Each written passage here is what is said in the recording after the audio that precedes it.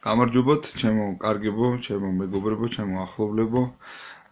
მოენატრებით უკვე ყველანი ძალიან დიდი ხანია და მინდა რომ მალე ჩამოვიდე საქართველოში და ჩაგეხუტოთ ყველას.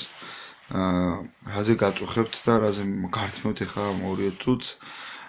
მინდა შევეხო 17 მაისის თემას, რომელიც ესე რეზონანსულია დღესაც და კიდევ ვერ გაიგეს ამ ადამიანებმა საქართველოში ისინი ვერასოდეს ვერ გააკეთებენ იმას, რაც უნდათ და უნდათ ის, რომ ჩვენ ნორმალური ნატურალი ადამიანები ესე ვიტყოდი, მათთვის ჰეტეროსექსუალები ესე გვეძახიან და ჰომოფობები ესე ვთქვათ, ვიყოთ უმცირესობაში და LGBT პირები იყვნენ უმრავლესობაში, მათ შეეძლოთ დაქორწინება, შეეძლოთ ბავშვის ესე ვთქვათ შვილად აყვანა და ასე შემდეგ.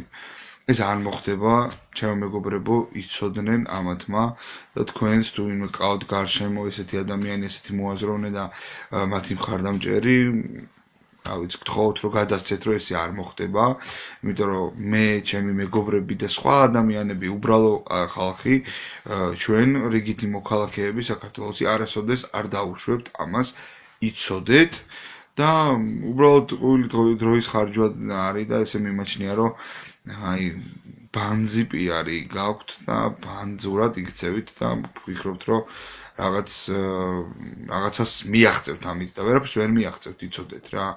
იმიტომ რომ პიდარასტები ვერ იქნებით საქართველოში უმრავლესობაში. ვერასოდეს და კაცი არასოდეს არ დაქორწინდება, ამაზეც იოცნებებთ ტყუილად. რა ვიცი ხა, შეიძლება პარლამენტშიც ყავდეთ ვიღაც თქვენიანი, ყავდეთ მთავრობაში, ყავდეთ ოპოზიციაში, ყავდეთ ამერიკაში, ყავდეთ ევროპაში, ყავდეთ სხვა ქვეყნებში, მაგრამ ეს იმას არ ნიშნავს, რომ საქართველოს მოსახლეობის უმრავლესობა ოდესმე თქვენ დაგეთანხმებათ, იმიტომ რომ ჩვენ გამრავლება გვჭირდება ქართველებს, ისედაც დაცდავებული და დაპატარავებული ვართ ეს ქვეყანა და პიდარასტებით ჩვენ აფხაზეთს და სამაჩაბლოს ნამდვილად ვერ დავიბრუნებთ, ამიტომ ვაჟკაცი ნამდვილი ქართველი ხალხი გვჭირდება, მომემარი ხალხი, მებრძოლი ხალხი, რომლებიც ჩვენ ქვეყანას და ჩვენი ქვეყნის ტერიტორიებს დაიცავს და დაიბრუნებს და ამიტომ ეხლა რა ვიცი მე გირჩევდით რომ წადით უცხო ქვეყანაში, სადაც ეს მიღებულია და სადაც ტერიტორიები დასაბრუნებელი არ არის და საომარი არავის არ აქვს, წადი და იქ იცხოვრეთ რა და რა პრობლემაა რagazzo, იქ იყავით 500 ევროსაც მოგცემენ, პოლიტიკურ თავშესაფარსაც მოგცემენ და ასე შემდეგ. ჩვენ თავი გაგვანებეთ, ძალიან გთხოვთ და რავი გირჩევდით რომ თვალში ნუ გვეფეთებით რა ესე.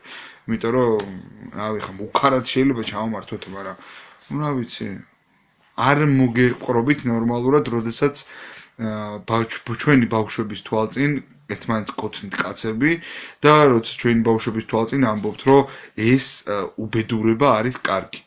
ეს თქვენს ოჯახებში ისაუბრეთ, თქვენთან ისაუბრეთ სახლებში, მაგრამ ქუჩაში ნუ გამოგაქვთ.